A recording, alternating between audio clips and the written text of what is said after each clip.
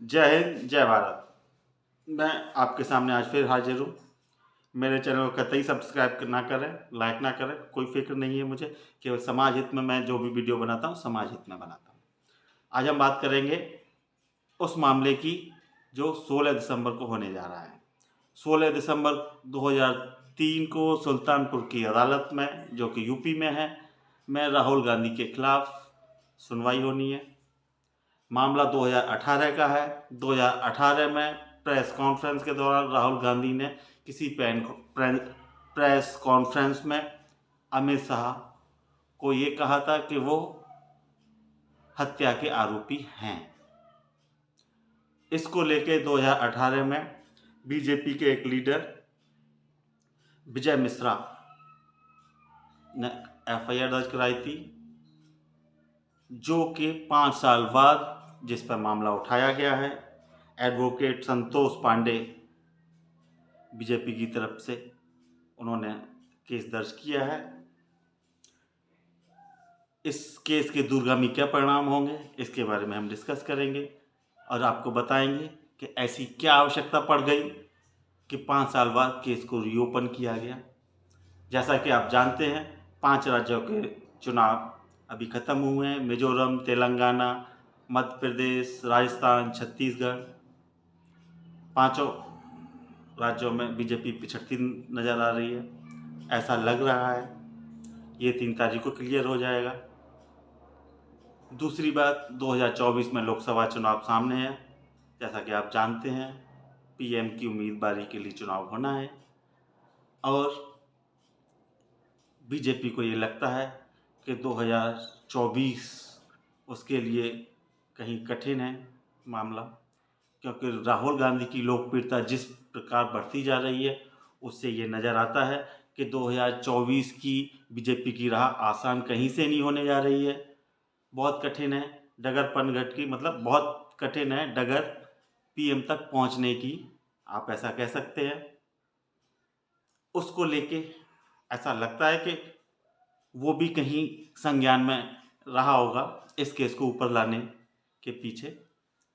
लेकिन इसके क्या परिणाम हो सकते हैं, क्या क्या फायदे बीजेपी को होगा या कांग्रेस उठाएगी फायदा, ये सोचने वाली बात है। अब हम इसको दोनों तरफ से डिस्कस करते हैं कि अगर राहुल गांधी को जमानत मिल जाती है तो, और अगर जमानत नहीं मिलती है, दोनों पर पेच में बात करेंगे। अगर राहुल गांधी को जमानत मिल गई तो नॉर्मल सहानुभूति राहुल गांधी को पब्लिक की मिल जाएगी। नॉर्मल सहानुभूति मतलब कुछ परसेंट फर्क वोटिंग पे पड़ेगा, कांग्रेस को इसका फायदा मिलेगा। और अगर हम ये मान के चलें कि कांग्रेस को राहुल गांधी को जमानत नहीं मिलती है और वो यहाँ से सुल्तानपुर अदालत से उनको सज़ा हो जाती है 2 साल की, ये जो भी है। और वो कब तक होती है वो मालूम पड़ेगा। फिर उनको अगर वो वहाँ से सज़ा होगी तो वो इलाहाबाद कोर्ट जाएंगे, फिर इलाहाबाद कोर्ट से भी अगर वो उनको जमानत नहीं मिली तो वो सुप्रीम कोर्ट जाएंगे। तो ये मामला कितना टाइम लगेगा और या इसको फास्ट ट्रैक के अनुसार चला जाएगा, ये देखने वाली बात हुई। लेकिन हम अगर ये मानते हैं कि किसी भी कारण से राहुल गांधी को इस तरह से इस केस में उलझा लिया गया या उनको सजा हो गई और वो 2024 का इलेक्शन नहीं लड़ पाए, ये मान के चलते हैं।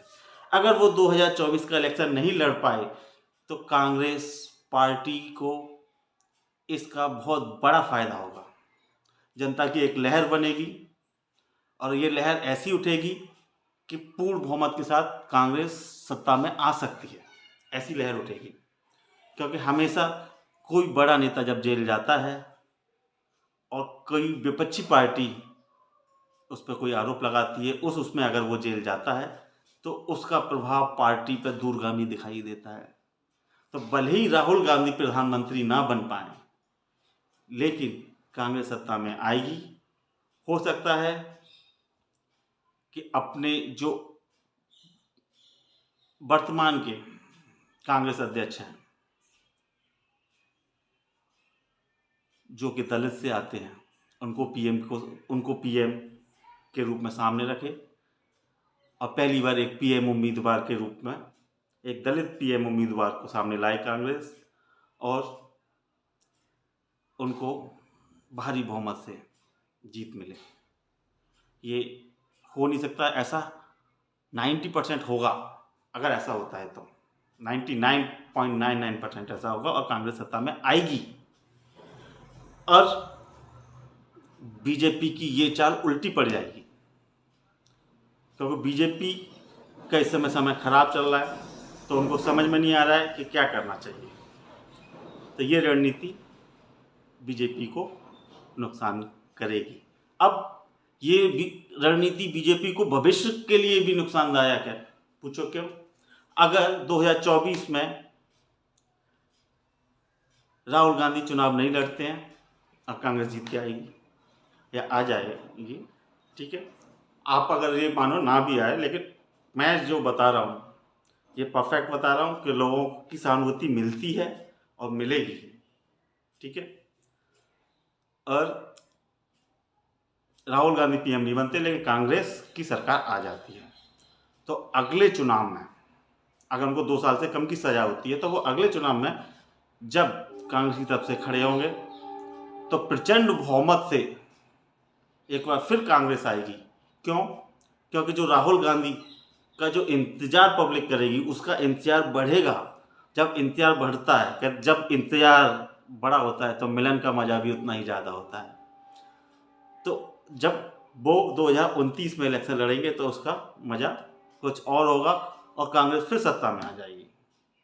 इसका मतलब बीजेपी को डबल घाटा, और उनको 2 साल से ज़्यादा की सजा होती है, तो 2029 का भी इलेक्शन नहीं लड़ पाएंगे और कांग्रेस के साथ पब्लिक की सहानुभूति बनी रहेगी।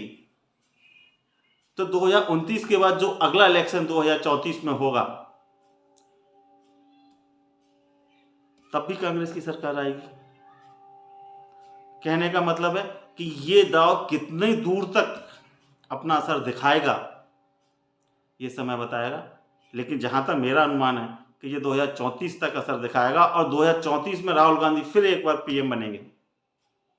मतलब अगर वो 2024 में और 29 में पीएम नहीं बनते और कांग्रेस सत्ता में आती है, तो वो 2034 में फिर पीएम बनेंगे, और वो 2034 में पीएम बनते हैं, तो इसका मतलब 2039 तक बीजेपी सत्ता से बाहर रहेगी, और हो सकता है उसकी, और तब तक बीजेपी पार्टी का शायद अस्तित्व भी खत्म हो जाए, क्योंकि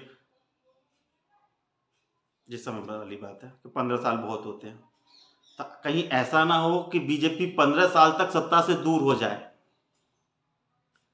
ये दाव इतना उल्टा पड़ जाए।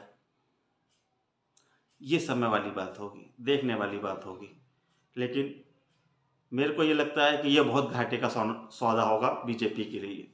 जो बीजेपी ने ये बीजेपी की तरफ से ये जो कंप्लेंट हुई है, हो सकता है ये बीजेपी पे भारी पड़े, और मेरे को जहाँ तक दिखाई दे रहा है दूर तक, वो यही दिखाई दे रहा है कि ये कहीं ना कहीं बीजेपी पे भारी पड़ता हुआ दिखाई दे रहा है 2024 के इलेक्शन के अनुसार। क्योंकि हमेशा ऐसा होता है, जब भी विपक्ष का नेता जल जाता है तो पब्लिक की सहानुभूति उसके साथ होती है। और यहाँ से एक और कड़ी जुड़ती है, वो कड़ी ये जुड़ती है कि जब ऐसा होगा, चूँकि ये मामला यूपी से शुरू हुआ है और एक समय यूपी कांग्रेस का भी गढ़ हुआ करता था, तो कहीं कांग्रेस दोबारा जीवित तो नहीं हो जाएगी यूपी में, या ये यूपी में कांग्रेस का पुनः सूत्रधार होगा। ये भी देखने वाली बात होगी कि उत्तर प्रदेश में ये जो घटना घटी है वो क्या गुल खिलाएगी। क्या कांग्रेस पुनः जीवित हो जाएगी यूपी में? ये भी एक सवाल उठता है।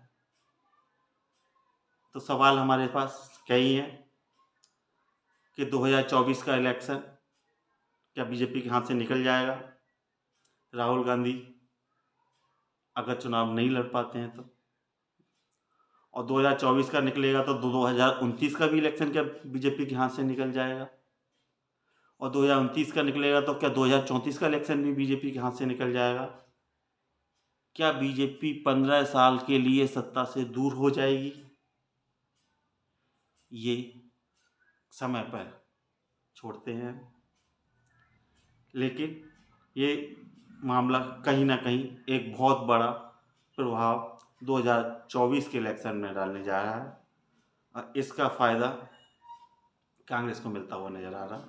जहाँ तक मुझे दिखाई दे रहा है कि इसका फ़ायदा कांग्रेस को ज़्यादा और बीजेपी को कम, या ये कह सकते हैं कि कांग्रेस को फ़ायदा और बीजेपी को घाटा होता दिखाई दे रहा है। इसी के साथ मैं अपना ये वीडियो यहीं समाप्त करता हूँ। जय हिंद, जय भारत। फिर एक नई वीडियो के साथ आपके सामने हाजिर होऊंगा। नमस्कार।